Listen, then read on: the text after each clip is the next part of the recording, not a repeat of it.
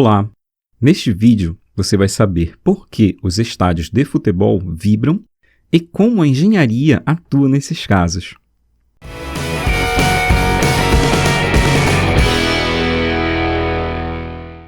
No futebol mundial, tem-se vários exemplos de estádios que vibram bastante ao longo da história. Podemos citar o estádio do Eintracht Frankfurt, na Alemanha, o Maracanã, em 2006, e o estádio Couto Pereira.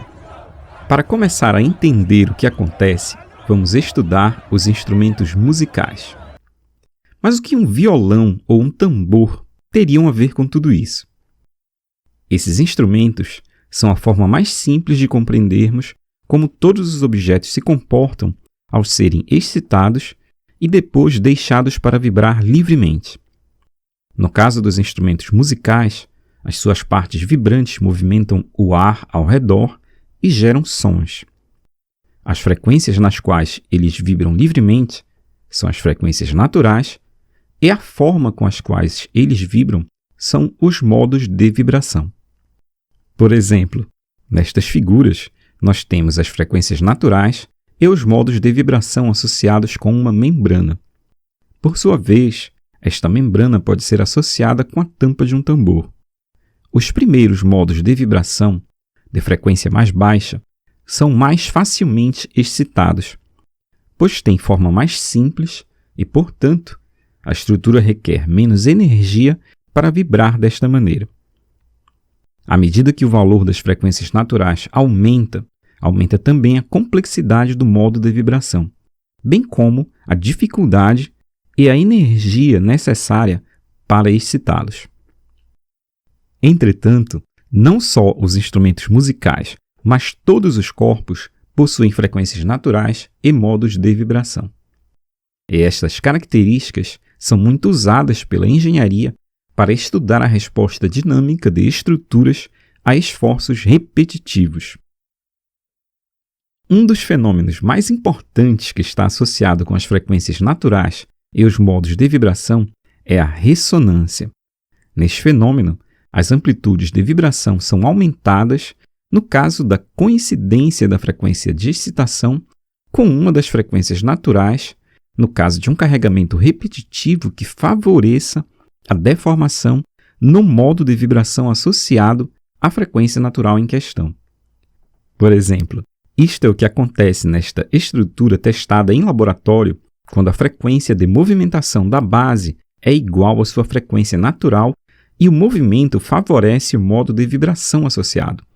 Ela apresenta ressonância, com grandes amplitudes de vibração. Note que as outras duas estruturas com frequências naturais diferentes não apresentam grandes amplitudes de vibração, apenas aquela que apresenta ressonância. É isso que pode ocorrer no caso de estádios que apresentam amplitude de vibração elevada. A frequência com a qual a torcida pula nas arquibancadas pode se aproximar da frequência natural associada com um modo de vibração com deslocamento favorecido pelos pulos. A engenharia trata estas questões através da análise modal. Este tipo de análise consiste em medir ou calcular as frequências naturais e os modos de vibração de uma estrutura. Como pode ser visto nesse caso, em uma estrutura de sustentação de um tanque. Uma técnica muito popular hoje em dia para análise modal consiste em modelar a estrutura usando o método de elementos finitos. Nós inclusive aproveitamos este momento para convidar vocês a conhecer o curso de análise modal da plataforma Labuzila. Você aprende o assunto e pode usá-lo no dia a dia da prática de engenharia. Combinado?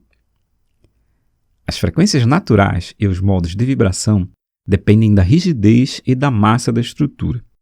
Em uma estrutura já existente, a análise modal pode ser usada para direcionar modificações na mesma, de forma a mudar as frequências naturais e os modos de vibração.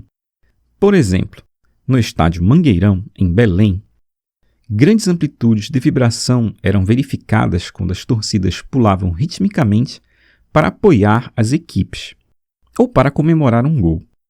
Então, a partir de uma análise modal usando o método de elementos finitos, foram adicionados, ainda na década de 90, componentes que aumentaram a rigidez da estrutura, aumentando então as suas frequências naturais e diminuindo significativamente o desconforto causado pelas vibrações durante os jogos.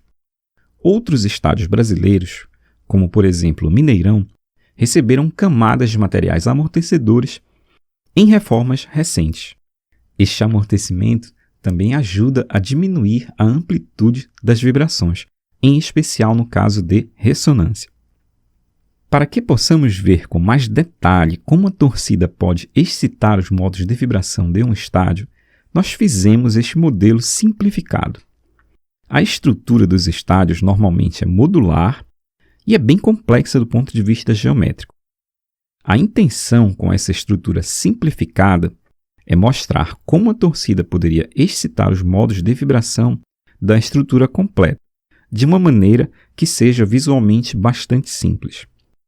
Note que este modo de vibração do nosso estádio fictício pode ser excitado com os pulos rítmicos da torcida. Basta que tenhamos a torcida pulando em um dos lados. Se houver torcedores nos dois lados pulando em sincronia nesta frequência natural, o modo será excitado mais ainda. A situação ficaria bastante mais grave se nos outros dois lados a torcida pulasse em oposição de fase em relação aos dois primeiros lados. Já este outro modo, para ser excitado, obrigaria a torcida a pular em oposição de fase. Então, não seria tão fácil excitá-lo. Outros modos são bem mais difíceis de serem excitados, pois envolvem uma deformação mais complexa da estrutura, o que exigiria mais energia para a deformação, além de um carregamento mais difícil de ser obtido. Por exemplo, torcedores pulando separadamente em pontos muito específicos da estrutura e em oposição de fase. Pronto!